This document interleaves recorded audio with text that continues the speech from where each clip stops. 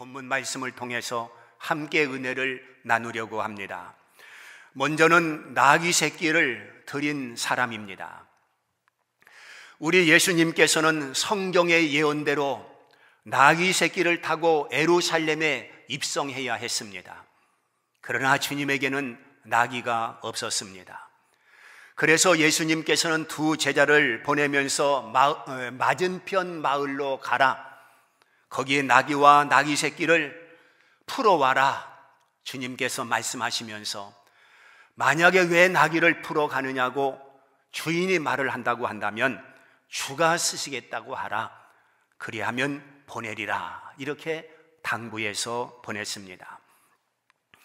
제자들이 맞은편 마을에 가니 주님께서 말씀하신 대로 나귀와 나귀 새끼가 매여 있는 것을 보게 됩니다. 그들이 나귀를 풀으려고 할 때에 주인이 왜 나귀를 푸느냐 말을 합니다.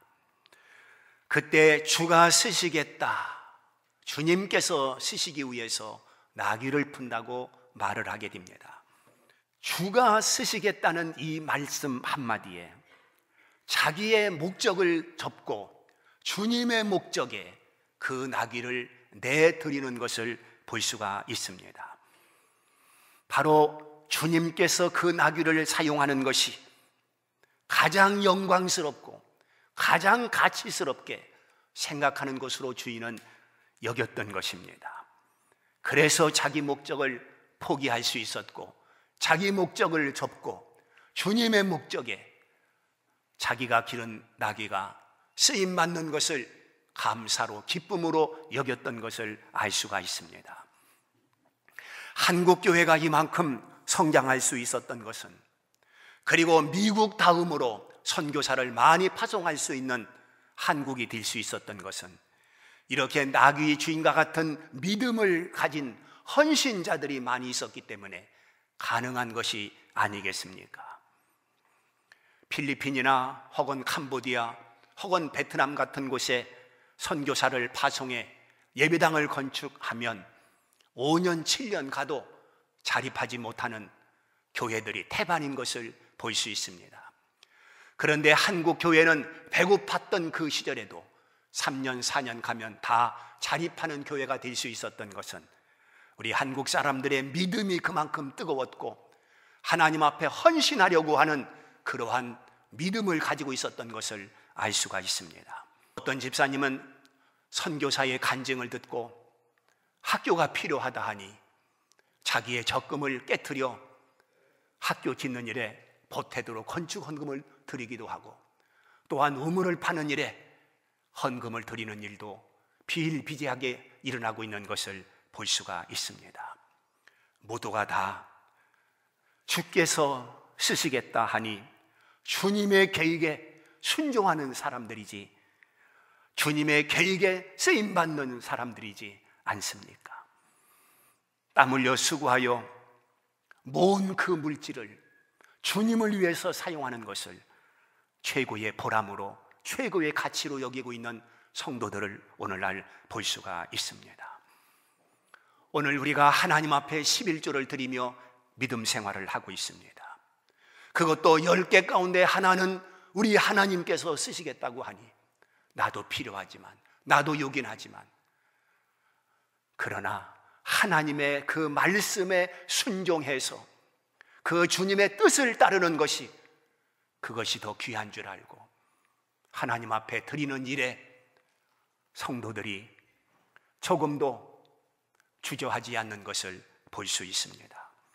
때로는 주님께서 나의 재능도 쓰시겠다고 말씀을 하십니다. 이때를 위함이 아닌가, 모르드게가 에스더에게 말한 내용입니다. 에스더는 이 말 한마디 듣고 목숨을 걸고 왕을 찾아가 마침내 유다민족을 구원하는 것을 볼 수가 있습니다. 내가 왕후가 된 것이 이때를 위함이 아닌가, 이때 하나님께서 쓰시기 위해서 그 자리를 주지 아니했느냐, 그 말에 주저하지 않고 목숨까지 내려놓았던 에스더, 마침내 하나님의 국률과 하나님의 능력을 보게 되는 것을 알 수가 있습니다. 참으로 하나님께서 쓰시기를 원하면 그 쓰심에 합당한 그릇들이 되고, 하나님께서 쓰시기를 원하면 그 쓰심에 내 자신을 아낌없이 드릴 수 있는 그런 믿음이 오늘 성도들에게 필요한 것입니다. 때로는 주님께서 내 몸을 쓰시겠다고 말씀을 하십니다. 세상에서 얼마든지 잘 나갈 수 있는 사람, 능력도 있습니다. 학벌도 좋습니다. 또한 남다른 지혜와 재능도 가지고 있습니다. 그런데 주님께서 쓰시겠다고 하시는 그 말씀 따라 때로는 목사가 되고 때로는 선교사가 돼서 하나님의 쓰심에 자기 몸을 드리는 사람을 볼 수가 있습니다. 대부분의 선교사들이 고생이라 여기지 아니하고 땅끝까지 복음을 증거한다는 그 일념을 가지고 몸부림치고 있는 것을 볼 수 있습니다. 우리는 슈바이처 목사를 생각합니다. 그는 의학 박사요, 철학 박사요, 신학 박사요, 또한 음악의 재능을 가진 사람이었습니다. 그가 영국에 남아서 교수 노릇을 하며 생활을 했다고 한다면 얼마든지 편하게, 배부르게, 그리고 힘들지 않게 잘 먹고 잘 살 수 있었던 사람입니다. 그러나 그는 문화와 문명을 버리고 원시적인 생활을 마다하지 아니하고 아프리카 우지에 들어가 오직 복음을 위해서 일생을 헌신하지 아니했습니까? 그는 한 영혼을 소중하게 여긴 사람입니다. 자기의 영광과 자기의 번영과 그리고 자기의 안위를 생각하지 아니하고 아프리카에 살고 있는 한 영혼을 귀하게 여겼기 때문에 그는 문명 사회를 버리고 힘들고 어려운 그 아프리카 생활을 마다하지 아니했던 것입니다. 이렇게 하나님께서 자기를 쓰시기를 원하면 거부하지 아니하고 그 쓰심에 합당한 자들이 돼서 하나님의 영광을 드러내고 하나님의 계획을 드러낼 수 있는 일꾼들이 되어야 되는 것입니다. 두 번째는 겉옷을 드린 사람들이 있습니다. 겉옷을 벗어서 나귀와 나귀 새끼에 깔아드리고 또한 길에다 펴놓았다고 7절에 말씀하고 있습니다. 당시 옷이 얼마나 비싸고 귀했는가를 우리는 성경 속에서 찾아보게 되는데, 나만이 문둥병을 고침받고 엘리사 선지자에게 예물을 드리려고 할 때에 엘리사 선지자가 거부합니다. 그래서 그 나만은 가지고 왔던 예물을 보따리째 그냥 가지고 갑니다. 그때 게하시가 뒤를 쫓아가서 열왕기하 5장 22절에 이렇게 말을 합니다. 당신은 저희에게 은 1달란트와 옷 2벌을 주라 하시더이다. 옷 2벌입니다. 옷 2벌. 옷이 가장 탐났던 것입니다. 지금처럼 기계화가 돼서 옷이 산더미처럼 쏟아지는 그런 시대가 아니고 수공에 의해서 그저 밤을 지새우면서 몇 달 혹은 몇 년 걸려 옷 한 벌을 만들어내는 시절입니다. 그 옷을 벗어서 길에 깔았다고 하는 것은 쉬운 일이 아닙니다. 사사기 14장 19절에 보면 삼손이 수수께끼를 그들이 풀었을 때에 옷을 선물로 하는 것을 볼 수 있습니다. 그만큼 옷이 소중한 시대입니다. 옷을 버리기 아까워서 길에 깔은 것이 아닙니다. 옷이 남아도록 가서 길에 깔은 것이 아닙니다. 그 옷이 너무 귀하고 너무 값비싼 것이기 때문에 주님을 위해서라면 아낌없이, 주님을 위해서라면 내 옷이라도 벗어서 주님에게 드리겠다는 그러한 헌신된 마음이 그들에게 있었던 것을 알 수가 있습니다. 자기 옷을 나귀가 밟고 가도 문제가 되지 아니했습니다. 그저 흙투성이에 자기 옷이 나뒹굴어도 문제가 되지 아니했습니다. 주님이 가시는 길을 그렇게라도 그들은 길을 열어드리기를 원했고, 주님이 가시는 길을 그렇게라도 그들은 맞이하고 싶었던 것입니다. 또한 겉옷은 신분을 나타내기도 하는 것입니다. 옷으로 사람의 직업을 알 수 있지 않습니까? 학생이니 군인이니 아니면 경찰이니 혹은 농부니 혹은 여자니 혹은 남자니 그 옷으로 그 사람의 신분을 나타낼 수 있습니다. 주님 앞에 그 옷을 벗은 것입니다. 옷에 있는 계급장 때문에 그동안 교만하게 살았다고 한다면 그것을 벗어 주님 밑에 내려놓은 것입니다. 그래야 그 주님이 나의 주인으로 보이기 때문에, 그래야 그 주님이 교회의 머리가 될 수 있기 때문에 그들은 자기 옷을 벗었던 것입니다.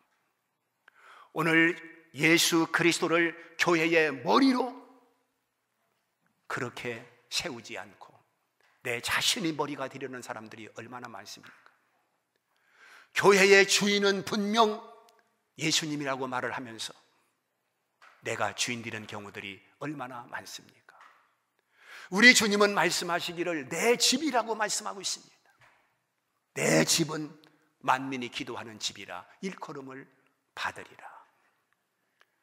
그러나 주님의 집임에도 불구하고 주님을 교회의 중심에 두지 못하고 주님을 문 밖에 세우는 일들이 얼마나 많습니까? 그래서 사람이 중심이 되고 사람이 주인이 되고 그리고 사람이 머리가 돼서 주님은 밖에서 물끄러미 바라볼 수밖에 없는 이런 처량한 일들이 한국교회에서 얼마나 일어나고 있습니까? 그런데 오늘 예수님께서 예루살렘에 입성할 때에 그 연변에 모인 수많은 사람들은 자기 옷을 훌렁훌렁 벗어 예수님의 가시는 길을 깔아드렸다고 하는 이 헌신된 태도야말로 얼마나 큰 믿음인가를 우리들에게 보여주고 있는 것입니다. 그리고 세 번째는 8절에 보면 나뭇가지를 들인 사람들이 보여주고 있습니다. 나뭇가지를 베어 길에 폈다라고 말씀하고 있습니다. 사실은 양탄자를 깔아드려야 하지만 그들에게는 양탄자가 없었습니다. 그렇다고 맨 땅을 그냥 밟고 가게 할 수는 없었던 모양입니다. 그래서 그들은 나뭇가지라도 베어서 예수님께서 가시는 그 길을 깔아드리기를 원했던 것을 알 수 있습니다. 그 마음이 얼마나 곱습니까? 우리가 양탄자를 깔아드리지를 못할 망정 나뭇가지라도 베어서 예수님의 가시는 길을 깔아드리자. 그 마음이 얼마나 아름답습니까? 우리 예수님께서는 중심을 보신다고 했습니다. 그 마음을 주님께서 헤아려 보시는 것입니다. 우리 주님은 그 마음을 사랑하시는 것입니다. 그래서 예루살렘 성전에서 두 렙돈을 넣는 그 과부를 보시면서 많은 것을 하나님 앞에 드렸다고 칭찬하십니다. 바로 그 여인은 생활비 전부를 하나님 앞에 드렸던 것입니다. 그 돈이 없으면 하루를 굶을 수도 있습니다. 그러나 자기 배를 생각한 것이 아니라 하나님을 생각하는 믿음을 가지고 있었던 것을 알 수 있습니다. 오늘 우리가 어떤 마음을 가지느냐? 우리 주님께서 그 마음을 헤아려 보시는 것입니다.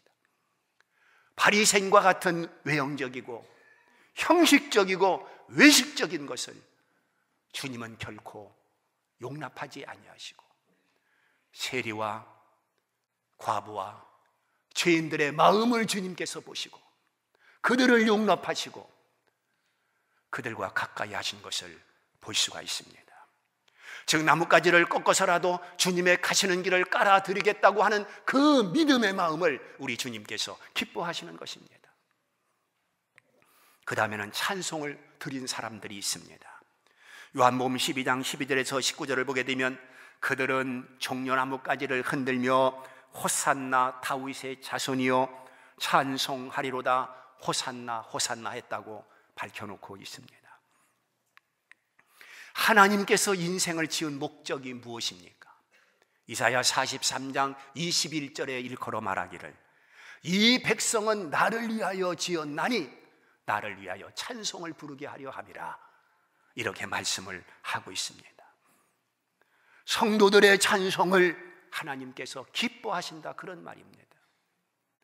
인생을 지은 목적이 찬송을 부르려 하나님께서 나를 이 세상에 존재케 하신다고 한다면 우리는 마음껏 하나님을 높이는 찬양을 불러야 되는 것입니다. 곡조 있는 찬송을 부르는 것은 말할 것도 없거니와 곡조 없는 찬송, 즉 하나님의 은혜에 감사하며 하나님의 섭리에 감사하며 하나님의 이끄심에 감사할 수 있는 믿음을 성도들이 가져야 되는 것입니다. 내가 넘어진 자리에서도 하나님 앞에 감사하고, 내가 비록 몸이 아파 침상에 누워있다 할지라도 거기서 감사하고, 어쩌다 보니까 내가 물질적인 손해를 보았다 할지라도 하나님 앞에 감사할 수 있는, 이것이 바로 찬송 생활이 아니겠습니까? 이렇게 모든 성도들이 긍정적인 마음을 가지고 하나님의 섭리 앞에 무릎을 꿇고 하나님 감사합니다, 이것도 하나님의 은혜입니다, 주님 영광 받아주옵소서, 이런 신앙적인 태도가 바로 예수님이 가시는 그 길 옆에서 찬송을 부르던 당시의 성도들과 같은 마음이라고 말할 수가 있을 것입니다. 그 다음에는 나귀 새끼를 타신 예수님에 대해서 말씀을 드립니다. 마태복음 21장 2절에 나귀와 나귀 새끼 있는 것을 보리니 풀어 내게로 끌고 와라 그랬습니다. 그리고 본문 7절 말씀을 보면 나귀와 나귀 새끼를 끌고 와서 이렇게 말씀하고 있습니다. 즉 나귀 새끼만 끌고 온 것이 아니라 어미 나귀와 그 새끼를 예수님 앞으로 끌고 왔습니다. 이제 예수님께서 무엇을 타고 갈 것인가 선택을 해야 되는 겁니다. 그런데 예수님의 선택이 요한복음 12장 4절에 보니까 예수는 한 어린 나귀를 보시고 타시니, 주님의 눈길은 어린 나귀, 주님의 관심은 어린 새끼에게 있었던 것을 알 수 있습니다. 여러분, 우리 같으면 무엇을 했겠습니까? 여기 어미 나귀가 있고 초라한 나귀 새끼가 있는데 내가 이것을 타고 먼 길을 가야 되는데 무엇을 선택해서 타기를 원하시겠습니까? 누구든지 어미 나귀를 원할 것입니다. 여러분, 주님께서는 지극히 작게 사셨다고 하는 것을 우리에게 보여주고 있는 것입니다. 그건 초라함이 아닙니다. 주님께서 작게 겸손하게 그렇게 사신 그 모습을 우리들에게 보여주고 있는 것입니다. 왜 그렇게 하셨겠습니까? 하나는 말씀을 이루기 위해서 우리 예수님께서 나귀 새끼를 타셨다고 하는 것을 보여주고 있습니다. 스가랴 9장 9절 말씀을 오늘 마태가 인용하고 있습니다. 5절에 보면 시온 딸에게 이르기를 내 왕이 네게 임하나니 그는 겸손하여 나귀 곧 멍에 매는 짐승의 새끼를 탔도다 하라 하였느니라. 이미 스가랴 선지자가 예언한 이 말씀을 마태가 인용하면서 우리 예수님께서 나귀 새끼를 타셨다고 하는 것을 강조해서 우리에게 말씀을 기록해 보여주고 있습니다. 여기 어떤 의미가 있겠습니까? 대부분 사람들은, 오늘 성도들은 말씀은 그렇지만, 말씀은 그렇게 말하지만 나는 그렇게 살 수 없다는 것이 오늘 우리의 불신앙적인 태도가 아닙니까? 분명히 말씀은 이렇게 하라고 기록하고 있지만 그렇게 살지 않고, 말씀은 이 길을 가라고 했지만 오늘 우리는 그 길을 포기하고 내 길을 가고 있지 않습니까? 이게 오늘 성도들의 실태요, 오늘 성도들의 불신앙이요, 오늘 성도들이 하나님 말씀대로 살지 못하는 그런 연약함을 다시 한번 말씀을 통해서 깨닫게 되는 것입니다. 우리 예수님께서 나귀 새끼를 타신 것은 겸손이라고 이미 스가랴 선지자가 말씀하고 있습니다. 시온 딸에게 이르기를 내 왕이 내게 임하나니 그는 겸손하여 나귀 곧 멍에 매는 짐승의 새끼를 탔도다, 이렇게 말씀을 하고 있습니다. 예수님은 백마를 타셔도 될 뿐, 흑마를 타셔도 될 뿐입니다. 그런데 주님은 흑마 백마가 아니고 나귀도 아니고 나귀 새끼를 타신 것은 주님의 겸손, 주님의 겸허함을 우리에게 보여주고 있는 것입니다. 빌립보서 2장에 있는 말씀을 보십시오. 그는 본체 하나님이시라고 그랬습니다. 그런데 자기를 비어 종이 되사 사람의 형체를 입었다고 했습니다. 그리고 그가 죽었으니 죽기까지 복종했다고 했습니다. 그 십자가의 죽음이라고 말씀을 하고 있습니다. 바로 우리 예수님은 자기를 비어 종이 되시고 사람이 되시고 죽으시고 장사 되시고 내려갈 때까지 내려가신 주님이십니다. 이게 주님 죽으실 때의 모습입니다. 그러면 주님께서 탄생하실 때는 어떠했습니까? 궁궐에서 탄생하신 것이 아니라 마구간에서 탄생했습니다. 안방에 뉘어진 것이 아니라 말 구유에 뉘어졌습니다. 이것이 주님께서 이 땅에 오셨을 때의 모습입니다. 초라하지 않습니까? 가난하지 않습니까? 주님은 그렇게 오셨다고 하는 것을 알아야 됩니다. 주님의 그 겸손을 우리가 보면서 오늘 우리도 주님 앞에 얼마나 부끄러운가를 생각하고 내 자신을 말씀 위에 세워 새롭게 살 수 있는 믿음이 필요하다 여겨지는 것입니다. 이제 결론적으로 말씀을 드리겠습니다. 주가 쓰시겠다 할 때가 참으로 좋은 기회입니다. 주님께서 쓰시겠다 할 때에 그것을 아멘으로 받으시고 감사로 받으시고 주님께서 쓰시겠다 할 때에 쓰임 받기를 주의 이름으로 축복합니다. 그것처럼 복된 일이 없기 때문에 그렇습니다. 사랑하는 성도 여러분, 또 한 가지는 나보다 별로 잘나지도 못했는데 학교 다닐 때 나보다 공부도 못했는데 어떻게 신랑 하나 잘 만나가지고 저렇게 떵떵거리고 살 수 있는가? 얼마나 배가 아픕니까? 얼마나 속상합니까? 얼마나 답답합니까? 그럴 때 주님께서 타신 나귀 새끼를 생각하십시오.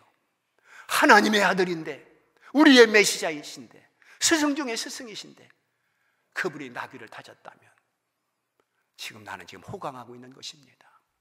주님과 비하면 엄청나게 부자로 살고 있는 것입니다. 속상하게 생각하지 마십시오. 감사로 받아들이기를 바랍니다. 그죠? 주님께서 쓰시겠다 할 때에 쓰임받는 것 기뻐하고 그리고 주님 바라보면서 내 형편 그래도 감사합니다 믿음으로 살기를 주의 이름으로 축원합니다.